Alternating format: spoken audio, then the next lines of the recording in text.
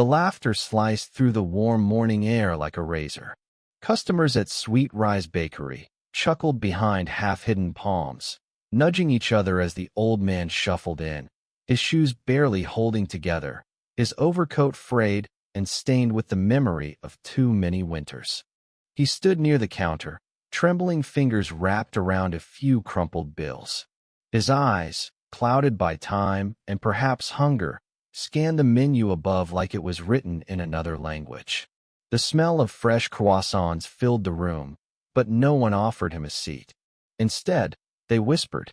One young woman giggled, nudging her boyfriend and muttering, "What's he doing here? He smells like he's been sleeping under a bridge." Behind the counter, Jared, the owner, was focused on prepping cinnamon rolls for the next batch of customers. He'd heard the laughter, the whispers, but he was used to odd characters wandering in from the street. Ever since his bakery opened 3 years ago in this gentrifying neighborhood, people like this old man were treated like shadows, tolerated but invisible. Until Jared saw his face. The old man finally stepped forward, placing the money on the counter with such care it might as well have been gold. Jared looked up, ready to give a polite brush-off. Then he froze. His hand stopped mid-motion. The cinnamon glaze dripped slowly off the spatula, forgotten. His eyes locked on the old man's face, not on the man's clothes, not on his smell, but on something else entirely. A scar. A long, faded scar that curved just above the man's left brow. And suddenly, Jared wasn't standing in his bakery anymore. He was 10 years old again, stuck under the collapsed beams of a burning building, coughing, screaming, the world crumbling. And thin hand, strong, gentle, pulling him from the wreckage. A fireman's voice whispering, "You're safe, kid. You're gonna be okay." That scar, that same voice, that trembling, weary face now standing before him. The laughter in the room died, one chuckle at a time, as Jared stepped out from behind the counter and walked toward the old man. His employees stared, confused, watching him bypass the register and stand directly in front of the stranger. "You," Jared said softly, his voice almost breaking. "Do you remember the fire on 6th and Maple?" The old man blinked. His lips trembled. "Many fires," he whispered. "But that one, yes. A little boy. You had a toy rabbit in your hand." Jared's knees buckled slightly. He grabbed the man's shoulders like he was confirming a dream. "You saved me. You carried me out when no one else could find me. I thought you died." The old man chuckled hoarsely. "Thought I did too. But sometimes life lets you keep walking, even if there's nowhere to go." The bakery was silent. The laughter, the sneers all gone. The customers stared, ashamed. Jared turned to them and said, "This man saved my life. Every breath I've taken since that day, every loaf of bread, every morning like physics because of him." No one dared to look the old man in the eyes. "Sit down, sir," Jared said, pulling a chair to the cleanest table in the shop. "You'll eat everything you want today? For free. For life." Tears welled in the old man's eyes, not because of hunger or shame but because, for the first time in years, someone had looked past the dirt and the wrinkles and seen him. As the old man ate slowly, savoring each bite of buttered brioche and sipping the rich, warm coffee Jared poured himself, the atmosphere in the bakery transformed. A mother gently nudged her child and whispered something kind.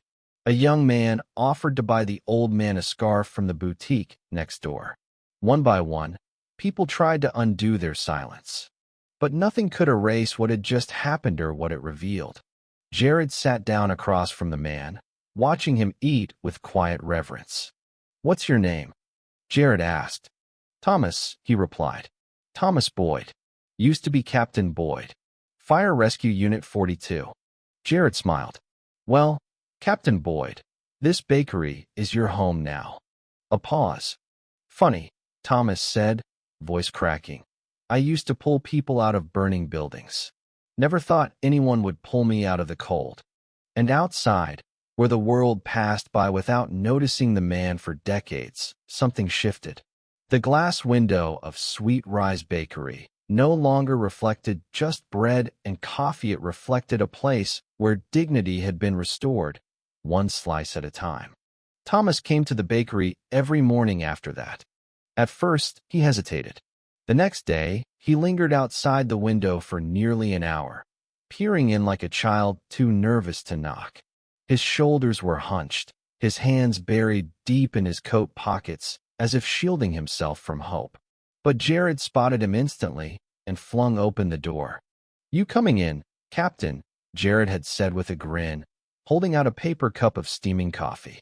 "Or do I need to carry you in like you did for me?" That broke the ice. And from that moment, it was as though the bakery had been waiting for Thomas all along. Jared cleared a corner table near the window just for him. No one else sat there. They called it the Captain's Corner. The name caught on like a quiet prayer among staff and regulars alike.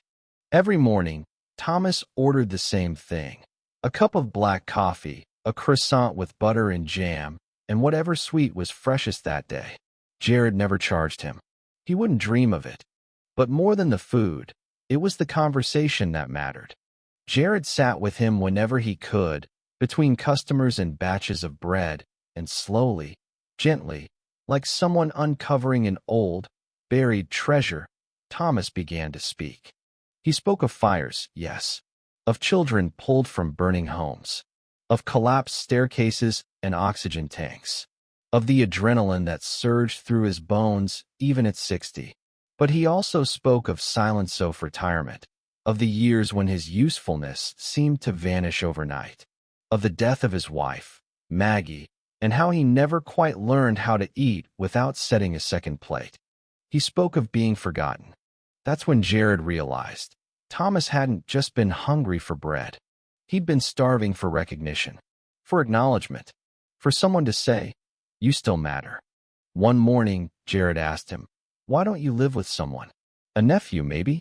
You must have saved hundreds of lives." Thomas chuckled, eyes crinkling. "Saved lives, sure. Doesn't mean I kept anyone close. People move on, especially when you start forgetting things. I had a place once, but couldn't pay rent. And pride can be louder than reason." That day, Jared made a quiet decision. He didn't announce it. He didn't even tell his staff. But he began setting aside part of the bakery's profits. A small portion from every sale went into a fund, one with a name only he knew: the Captain's Hearth. Weeks passed, then months. Winter crept in again. And Thomas, once mocked, had become a quiet icon. Children waved to him through the glass.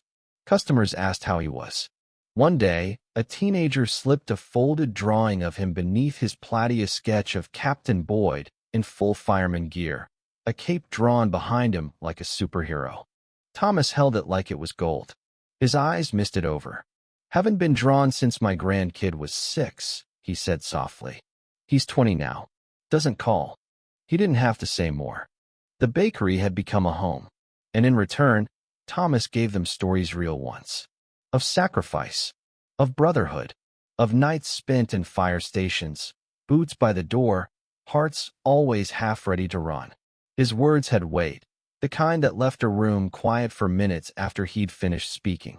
But peace, like dough, sometimes sours when the room gets too warm. One Thursday morning, something changed. A sharply dressed man in his 40s entered the bakery with purpose. His leather shoes tapped the floor with precision. He didn't look around, didn't smile, just walked directly to Thomas's table and said, "Dad." Jared paused mid-pour. Thomas looked up slowly, recognition flickering in his eyes like a match struggling to light. "Elliot." His voice cracked. The man nodded. "We need to talk. Outside." Thomas pushed back his chair, more confused than fearful. Jared stepped toward them. "You okay, Captain?" "I'll be just a minute," Thomas said, smiling politely. "Just catching up." But through the window, Jared saw it all.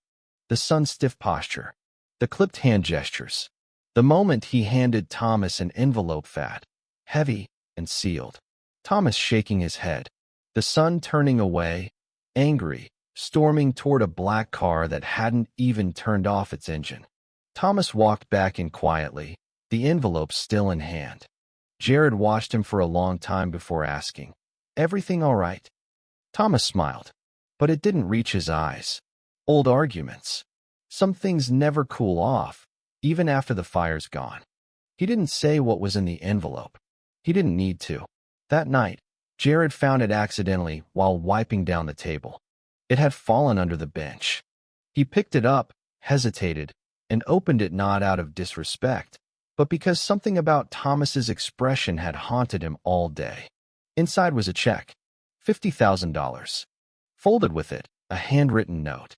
"This is your last chance to stop embarrassing us. Take the money. Disappear." Jared folded the envelope again, placed it under the register, and said nothing. The next morning, Thomas didn't come, nor the next, or the one after that. Panic set in. Jared called shelters, hospitals, even the fire department's retirement board. No one had heard from him. No one had checked him in. To them, Thomas Boyd was just another name, but not to Jared. So, on the fifth morning, before the sun had risen, Jared packed a thermos of coffee, a box of pastries, and a scarf he'd knit himself. Then he hit the streets. He walked past alleyways, beneath overpasses, through parks where the benches still bore the ghosts of those who'd called them bed. He asked around, described the old man with the scar, the kind eyes, the shoulders that slouched as if carrying too many forgotten stories. It wasn't until dusk that someone pointed him toward the old library steps. "He's there sometimes," the man said. "Sits with the pigeons." And there he was. Thomas, wrapped in his overcoat, knees drawn to his chest, the bakery scarf now clutched tightly in his hand. His face was pale, his eyes closed. "Captain," Jared said gently. Thomas opened his eyes slowly, blinking against the light. "You found me," he whispered, voice hoarse. "Always," Jared said. "You found me first." Jared poured coffee into the thermos lid and handed it to him. Thomas took it with shaking hands. "I didn't take the money," he said. "I know. I didn't want to disappear. I know that too." They sat in silence as the sun dipped low, casting long shadows across the pavement. "You don't have to go back to the street, Captain," Jared said. "Come home."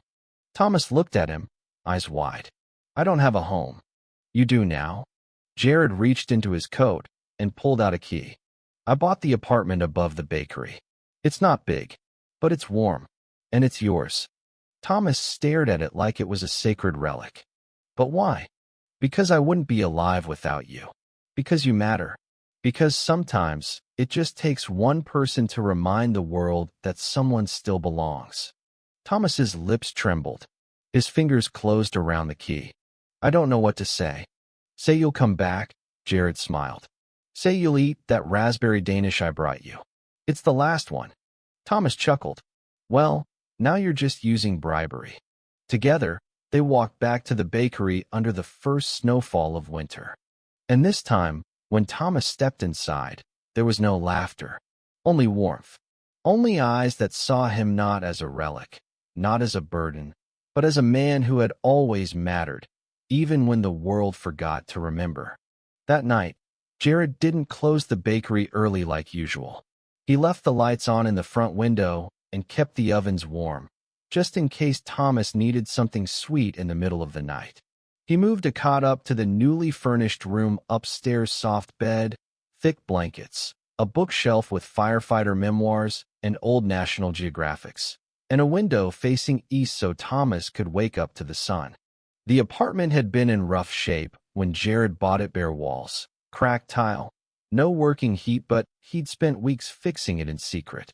He patched it up himself with the same stubborn hope he used when kneading dough. Because what good was owning a bakery if it didn't feed more than just the stomach? Thomas moved in that same night. No ceremony, no speeches. Jared helped him up the narrow staircase, hand on his back, guiding each step like a father helping a child. At the top, Thomas paused, staring at the doorway like it was a threshold to another life. "This is too much," he whispered. Jared shook his head. "You carried me out of hell. Let me carry you into something better." Thomas stepped inside. His eyes scanned the little room, lingering on the clean sheets, the folded towel, the photo on the nightstand, an old fire truck with the number 42 painted boldly across its nose. "You remembered," he said, voice caught somewhere between a laugh and a sob. "I remember everything, Captain," Jared replied softly, "even when the world forgets."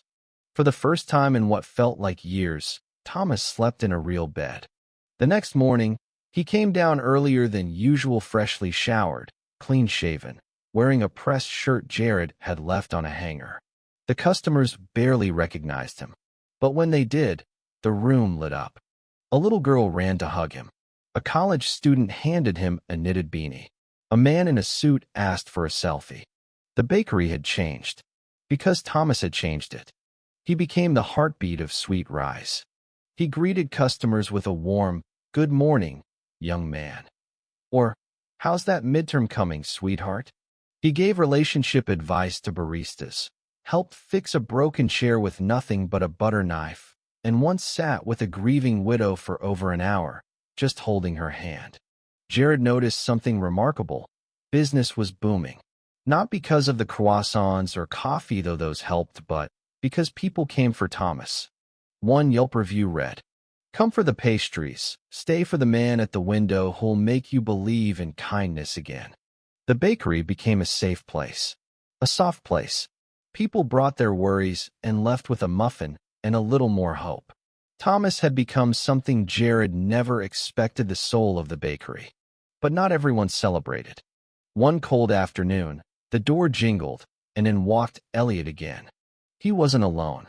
Beside him stood a sharply dressed woman, holding a clipboard and an expression of thinly veiled disgust. Thomas was refilling napkin dispensers when he saw them. His body tensed. His smile faded. "Dad," Elliot said curtly. "This is Brenda. She's with Adult Services." Jared looked up from the counter. "Excuse me. We're filing for guardianship," Brenda said, her tone clipped. "Your friend here is no longer fit to make independent decisions." "Like hell he's not," Jared shot back. "Sir," she raised a hand, "I understand your concern, but Mr. Boyd's cognitive decline is documented. He's been homeless, disoriented. It's in his best interest to be placed in a supervised facility." Thomas didn't speak. He just stood there, eyes wide, lips pressed into a tight line. Jared walked around the counter and stood beside him. "He's not going anywhere. He has a home. He has a job. He's thriving." Elliot scoffed. "You think serving coffee and telling war stories makes him capable? He needs medication. He needs supervision. He's not your pet project, Jared. He's my father." "No," Jared said firmly. "He's our captain." Customers had stopped eating. The bakery had gone silent again. Brenda stepped forward. "We have a right to evaluate." Thomas finally spoke, voice low but steady. "I'm not leaving." "Dad," Elliot began. "I left the fire department on my own terms. I buried my wife on my own terms.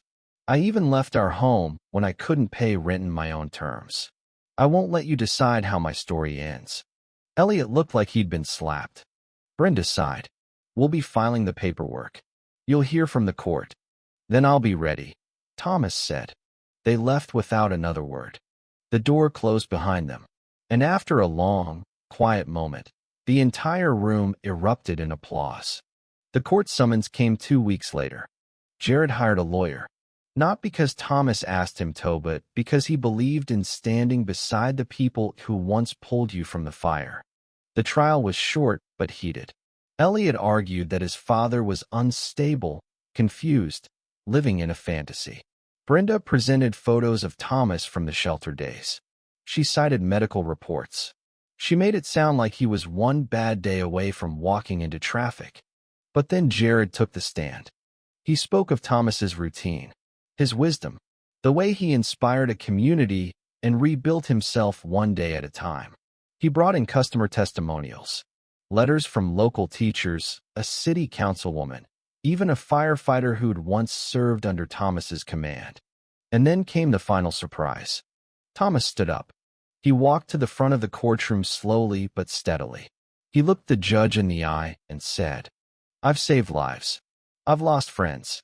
I've carried children out of smoke and watched buildings collapse. But nothing has ever made me feel more alive than this second chance I was given. I may be old. I may be slower.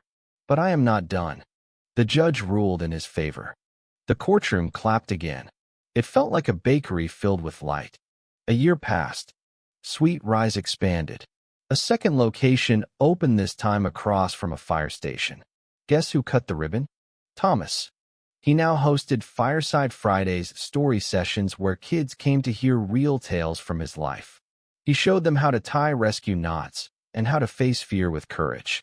Sometimes Jared would smile from the back of the room, watching a new generation fall in love with an old man in a pressed blue shirt.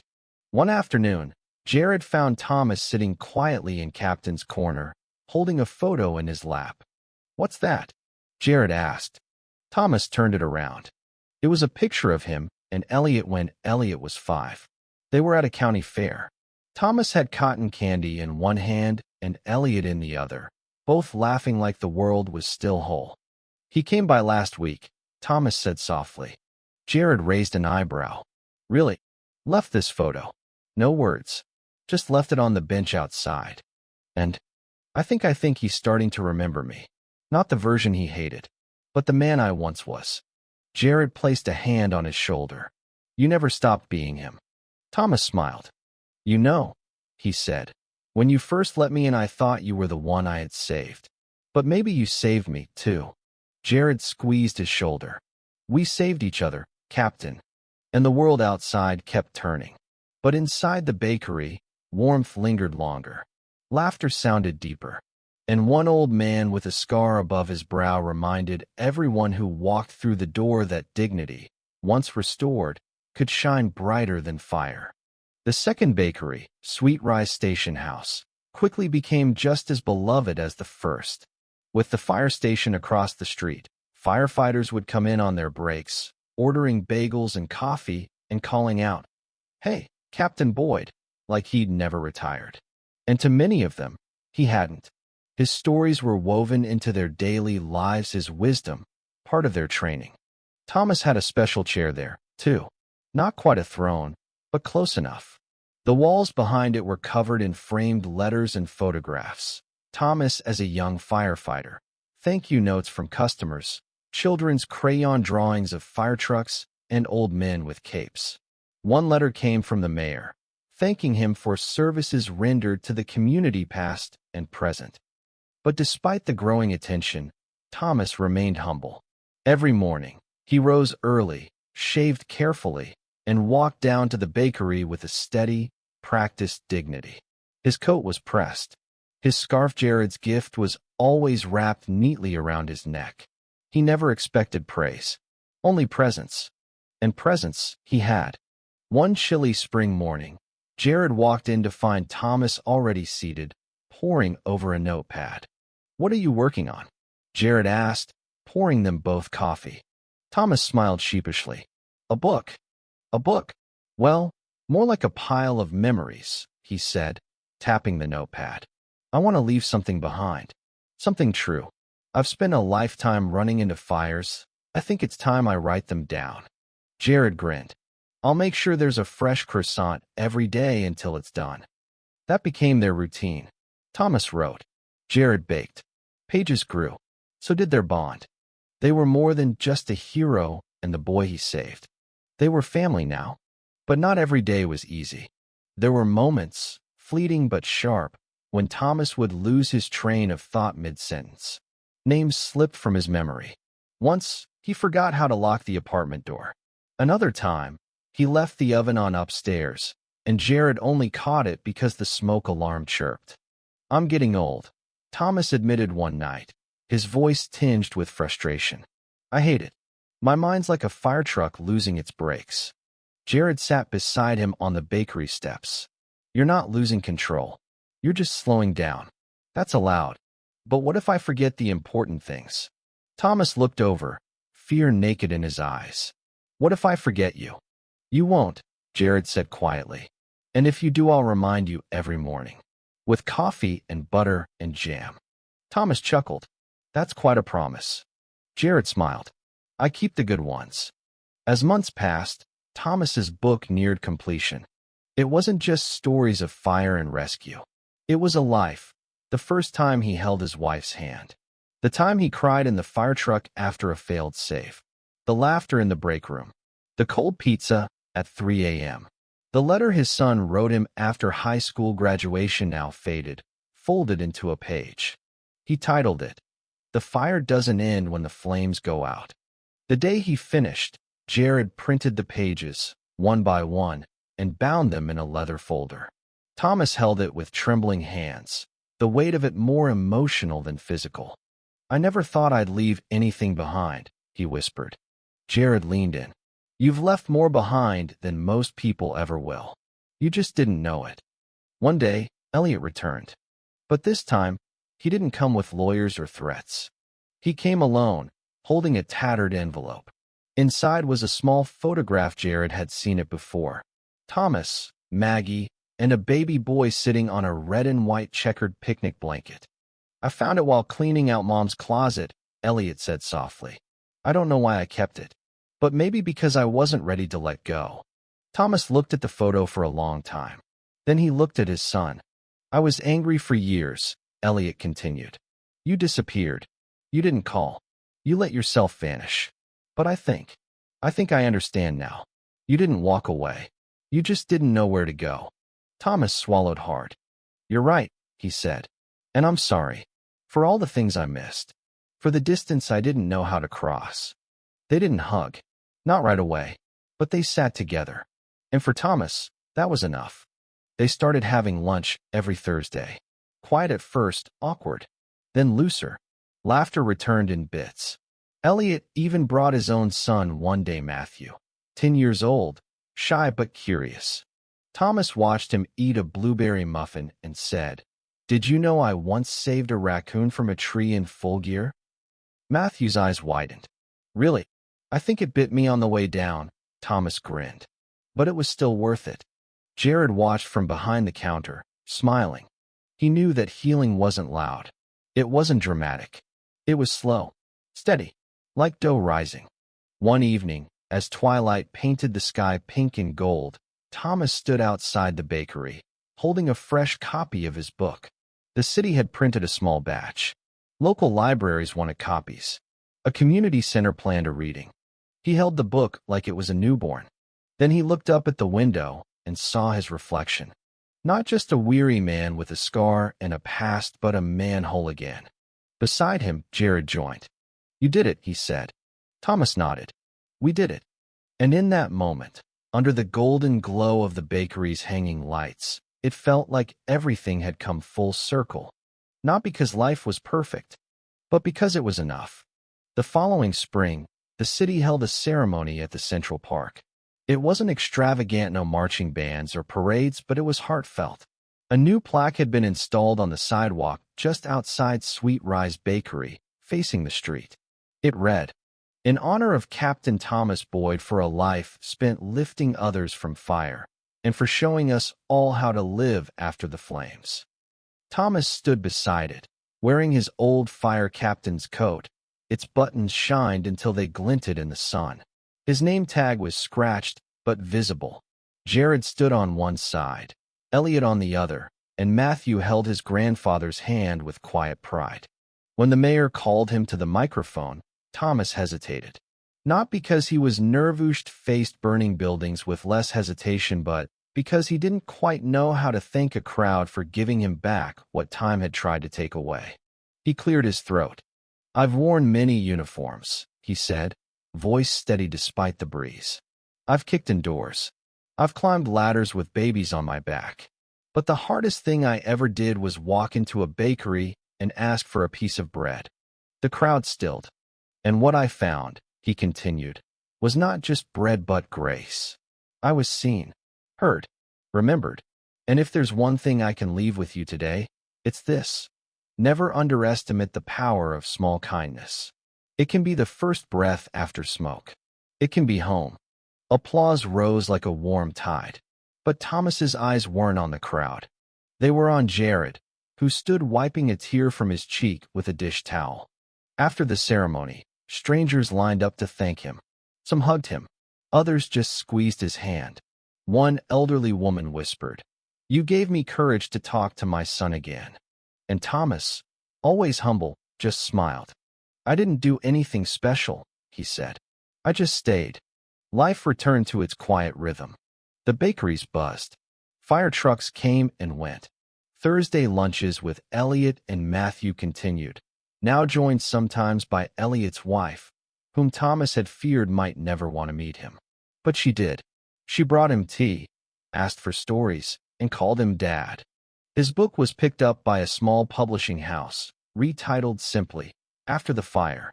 It was stocked in local stores. A retired firefighter in Ohio wrote a letter saying, "I thought I was the only one who felt invisible after retirement. Your words saved me." Thomas cried the night he read that letter. "I never imagined I could save someone without lifting them," he told Jared. "Sometimes words are the ladder," Jared said. But time, as it always does, moved forward. And one early autumn morning, Jared came down from the apartment above the bakery to find Thomas still in bed. His breathing was slow, shallow, peaceful. The book rested beside him on the nightstand, open to a page he must have reread many times. On it, in his own handwriting, he had written, "If I go quietly, let it be known I was full. Full of bread, full of memory, full of love. I was never alone. I was never forgotten. That is all I ever wanted." Jared didn't panic. He sat beside the bed and held Thomas's hand, waiting for him to stir. But he didn't.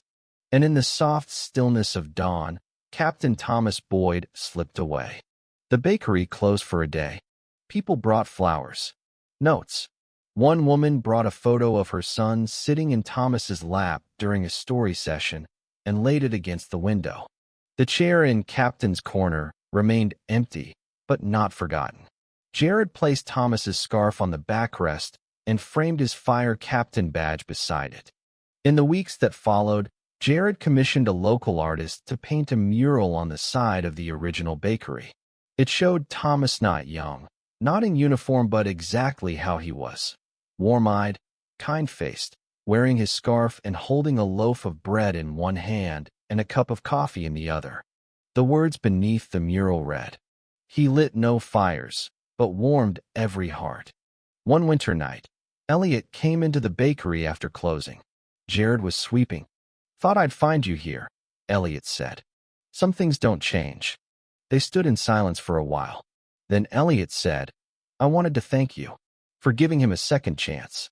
Jared leaned on the broom handle. "He gave me one first. He talked about you all the time. Said you were more than a baker. Said you saw things others missed." "I saw him."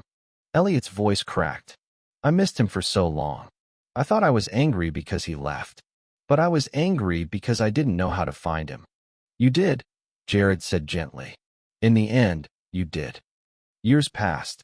Children grew up visiting the bakery and hearing about the man in the scarf who used to tell stories. Matthew, now in college, wrote an essay called "The Man at the Window," describing the day he met his grandfather over a blueberry muffin. It won first prize in a national contest. Elliot and his family took over the second bakery location, running it with the same care Thomas had shown. They kept the Friday story time going, inviting retired firefighters, nurses, teachers, people with lives worth listening to. And Jared? He never left. He still rose at dawn, still rolled out dough, still waited for the first customer of the day. And each morning, he'd place a croissant, a small cup of black coffee, and a folded napkin at Captain's corner. Just in case. Just because. Because some fires never go out and some people never leave, even when they're gone. They live in the scent of bread, in the hush of early morning, in the quiet dignity of being remembered. And so, Captain Boyd remained, not just in memory, but in every act of kindness that happened at Sweet Rise Bakery, where people still came for pastries and stayed for grace.